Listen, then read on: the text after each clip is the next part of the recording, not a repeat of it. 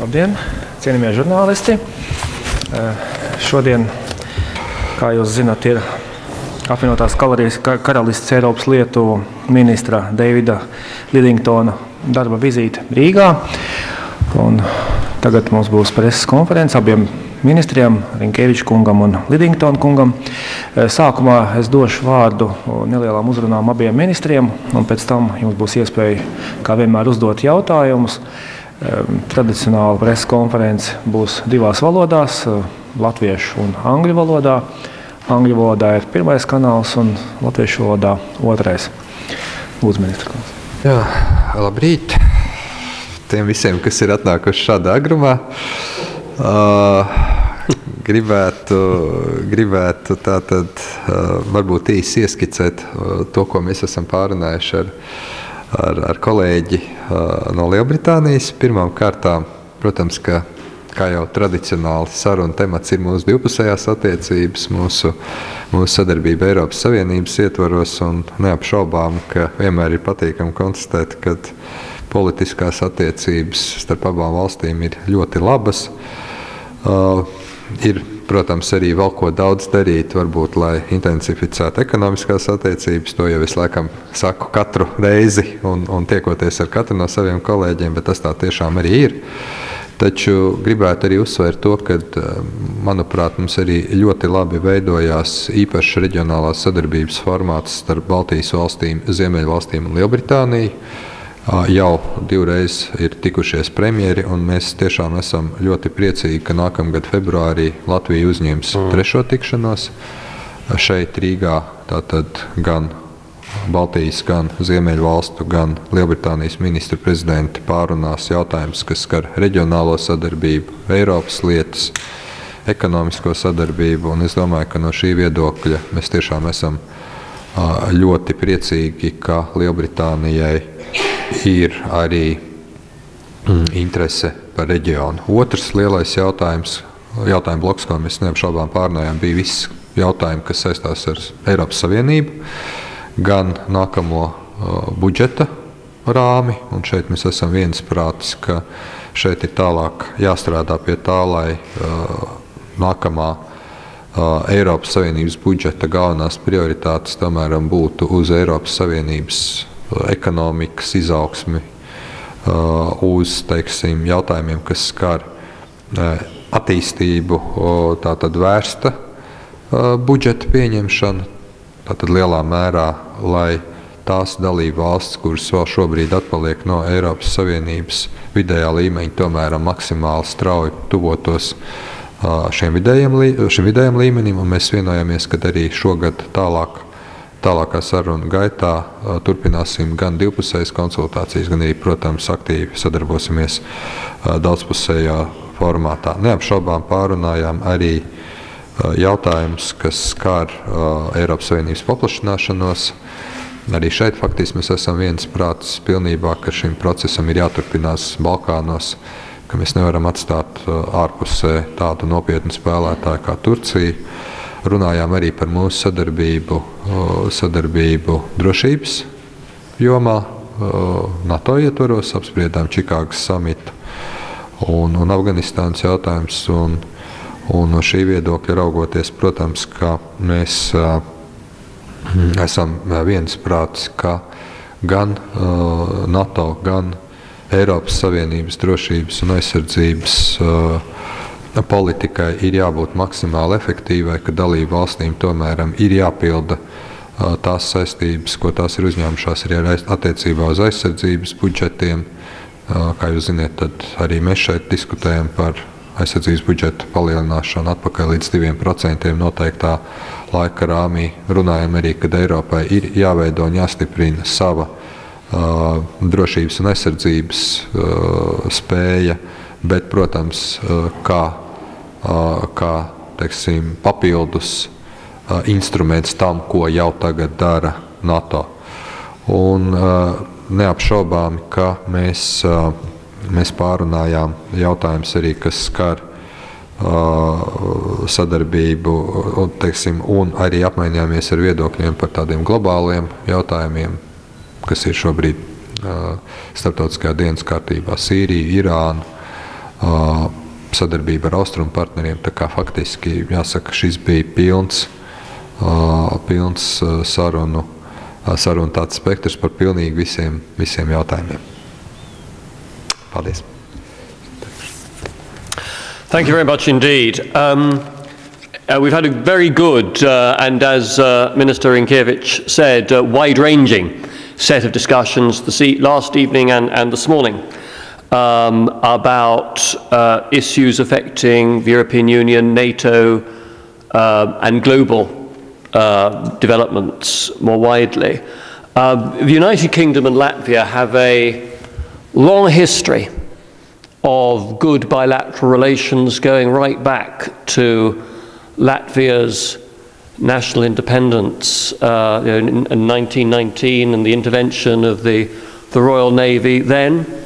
And it's really good today to be on my first visit to Riga and also to be able to talk to Latvian leaders about our work together as partners in the European Union and allies within NATO. Only last week, Prime Ministers Cameron and Dombrovskis were arguing almost from the same script about the need for the European Union to give greater priority to measures that will stimulate growth, that will strengthen Europe's long-term competitiveness, and will make it easier for new European businesses to become established and to hire new workers. Those measures, those priorities for the European Union are things which both Latvia and the United Kingdom believe to be essential if the next generation of Europeans is to enjoy the standards of living and the standards of social protection that today we take for granted. We're in a world that is becoming ever more competitive with an historic shift of global power to the emerging economies of Asia and Latin America. That presents us in Europe with a major challenge, but also a huge opportunity.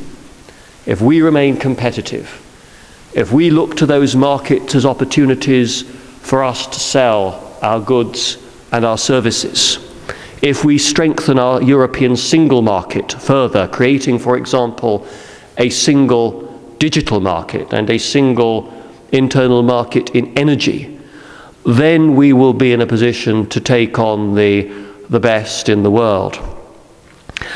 We talked also about the future of NATO.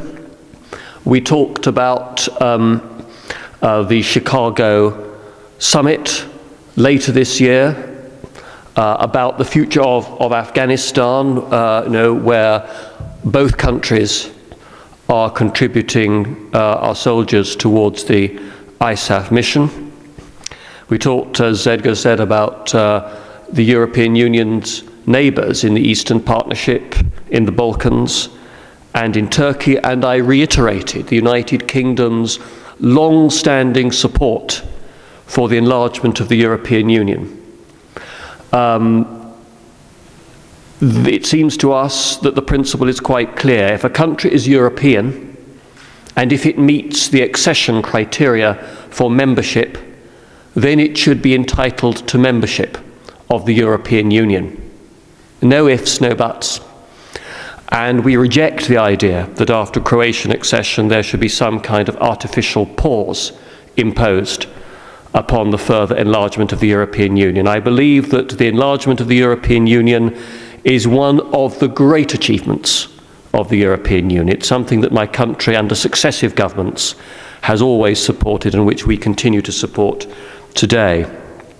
And we talked about bilateral relations. Our Prime Ministers both enjoyed the Northern Lights meeting in Stockholm, and I think it's really good that Nordic, Baltic and British ministers, British leaders find the opportunity to get together and just exchange ideas very frankly and in a relaxed, informal setting, not only about the matters that come up, say, on the European Union agenda, but to share experiences about various issues to do with public policy, whether it is to do with, on this occasion, for example, with how to get more women onto prominent roles in both public and corporate life and the boards of companies, whether it is about green technology, as was discussed in London last year, whether it's about our respective experiences in dealing with terrorism and with criminal justice policy, as the Prime Ministers discussed in Stockholm over dinner. It's a chance of leaders to swap notes about their different countries' experiences in public policy and the lessons that they can each learn from the other. And I think we can all learn from one another's experience. I'm hugely impressed by just learning more about the courage of Latvia's leaders and the sacrifices that the people of Latvia have accepted, in order to restore the public finances in Latvia and to make the Latvian economy competitive and prepared for future economic challenges in Europe and the wider world. And I know that Prime Minister Cameron will look forward to the next Northern Lights meeting, and I was very pleased on behalf of our Foreign Secretary William Hague to invite Minister Rinkēviča to come to London at an early opportunity. I don't know if he'll have the chance, or perhaps the President will have the chance to come and cheer on Latvian athletes during the Olympic and Paralympic Games later this year. We certainly hope, looking forward to seeing the Latvian teams at both events, but whenever the Minister is able to come, we look forward to the opportunity for further constructive discussions then. Paldies ministriem. Tagad ir jums iespēja uzdot jautājumus. Atgādinu, ka lūdzu runāt mikrofonos, kurus jūs varat dabūt abos zāles galos. Ziņu aģentūra Leta Lāsma Grundula. Jautājums Lielbritānijas ministram. Latvijā bieži vien viens no veidiem, kā pārvarēt Eiropas ekonomisko krīzi, tiek piesaukts tā dēvētais fiskālās disciplīnas līgums, kuram nepievienojas Lielbritānija. Kādus ceļus citus jūs redzat, lai Eiropa atgrieztos uz izaugsmes ceļa?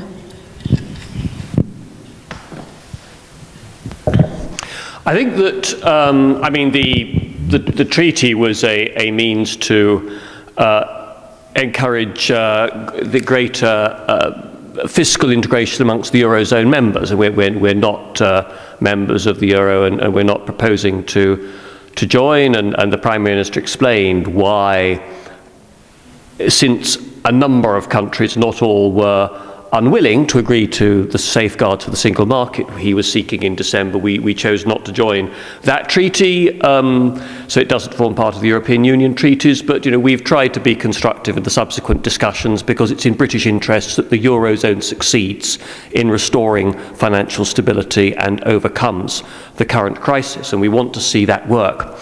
I think that there are two things that need to be done. I think first of all there is a duty upon everybody to restore fiscal discipline. It applies to the Eurozone, yes, it applies to the UK. I mean, we've inherited from our predecessors a huge deficit in the public finances, and that means that the coalition government in London has had to implement some tough and unpopular measures to get the public finances back under control. And all of us need to balance the books and live within our means. But that's a start. It's not going to be sufficient to restore growth. If we are going to get European economies to grow vigorously and to be competitive in the face of world challenges, then we need all of us to introduce further reforms at both national and at European level. And at European level, that means developing the single market further. It means implementing, as a start, the current services directive that is still not being properly observed in every part of the European Union. It means breaking down the number of restricted professions within Europe. It means having a single market in the digital economy. 40% of EU citizens bought something online in the last 12 months, but fewer than 1 in 10 of those online transactions crossed a national frontier. We need that digital single market. We need a single market in energy too. I think we need to make European, and for that matter national regulation, more business friendly, less costly, less complicated for business, particularly small and medium-sized businesses. So the European Council's agreement that the Commission should deliver on exempting micro businesses from elements of European regulation was a very important first step at European level in that process. We need to make the European economy more innovative. That means having a venture capital regime across the European Union that enables small innovative companies to get access to capital when they need it. And we need also means we need to have a restructuring of the European budget so that that is spent more on measures that will stimulate economic growth, innovation, and the creation of new business. And we need to be open to trade with the rest of the world. I regret the fact that the Doha process appears to be in a stalemate. The EU free trade agreement with Korea, concluded in 2010, is a great boost for companies throughout the European Union. We want to see progress made in the talks with Singapore, with India, with the Mercosur countries, and new deals put underway with Japan, and through improving the Transatlantic Economic Council arrangements for freer trade between Europe and the United States. So there are big opportunities for all Europeans there. Paldies. Vai būtu vēl kāds jautājums? Mike Collier from the Agence France Presse news agency. Regarding the Northern Lights meetings, they seem to be developing quite quickly. I'm just interested in how you see them developing in future. Are they becoming a little more formal, something like the Visegrad combinations, or acting as a kind of counterweight to Club Med? Are we seeing a division within Europe into smaller regional groupings? Well, I'll just start and David will follow. No, let's not look at this as a kind of blocks and counter blocks movement within the European Union. First of all, we share a certain commonality within the regional framework. And I'm very happy David already has described many of those discussions that have taken place, but I think that if we concentrate on issues that are of mutual interest, economy, growth, also certain security-related matters have been discussed, and if we look at this in a format within the EU, within the NATO, as you know, that this group, Baltic, Nordic, UK countries, is quite diverse group as well from organizational point of view. So it wouldn't be wise to search for any kind of blocking or counter-blocking. It's about setting a certain agenda for cooperation between the Baltic region and the UK in matters that are of interest to us. Second, I think that what gives this very good momentum of those meetings and agreements and discussions that we have there, I think that the most valuable thing is in their informality. As soon as you get formal kind of structures, you get, I don't know, 20 committees preparing prime ministers, ministers for meetings, then you lose momentum. So from that point of view, I would very much hope that we keep this as informal as possible for better sake of discussion. And from my own not very very great experience, not very long experience of being in this position, I would say that most fruitful discussions foreign ministers at least have, and I'm sure that applies also to other ministers and prime ministers, is when we are only the only ones in the room, and when we discuss things freely without, prepared scripts or our colleagues taking a very, very kind of sharp look. So I think that we have to get as much informal as we can here. Yeah, sorry. I agree completely with Edgar. And of course, this group is not designed to be exclusive of other friendly groupings and conversations. If you look at the letter of the 12 that went to sort of Barroso and Van Rompuy, I mean, what was significant about that is that the member states concerned were from all parts of the EU. North, South, Spain and Italy signed up, East, West, Eurozone, non-Eurozone, new member, old member. So on that growth agenda, people from all parts of the EU came together. Northern Lights, of course, includes Iceland and Norway that are not European Union members at all. But no, Edgar was right. I mean, the thing that I think any minister in any government will say is that what is always almost the most difficult thing to schedule is time for free-flowing informal discussion and time to be exposed to outside advice and influence. There is always extra official paperwork, always extra diary commitments coming in. And this informal opportunity is important. And it goes beyond EU business. I mean, if I look at what the British government's trying to do, in our education policy, we've copied some ideas from what Sweden has done over setting up independent state-funded schools. We've got one of our ministers going later this year to Estonia to examine Estonia's success in how to deliver government services online, because we want to do more of that, and Estonia seems to be much more successful than we are at the moment. So it's about sharing experiences and learning from one another's successes and difficulties. Oh, but don't think ministers are not getting awfully rebellious against their staffs. It's just a friendly exchange. Vai ir vēl kāds jautājums ministriem? Ja jautājumu vairāk nav, tad paldies, ar to mēs beidzam preses konferenci.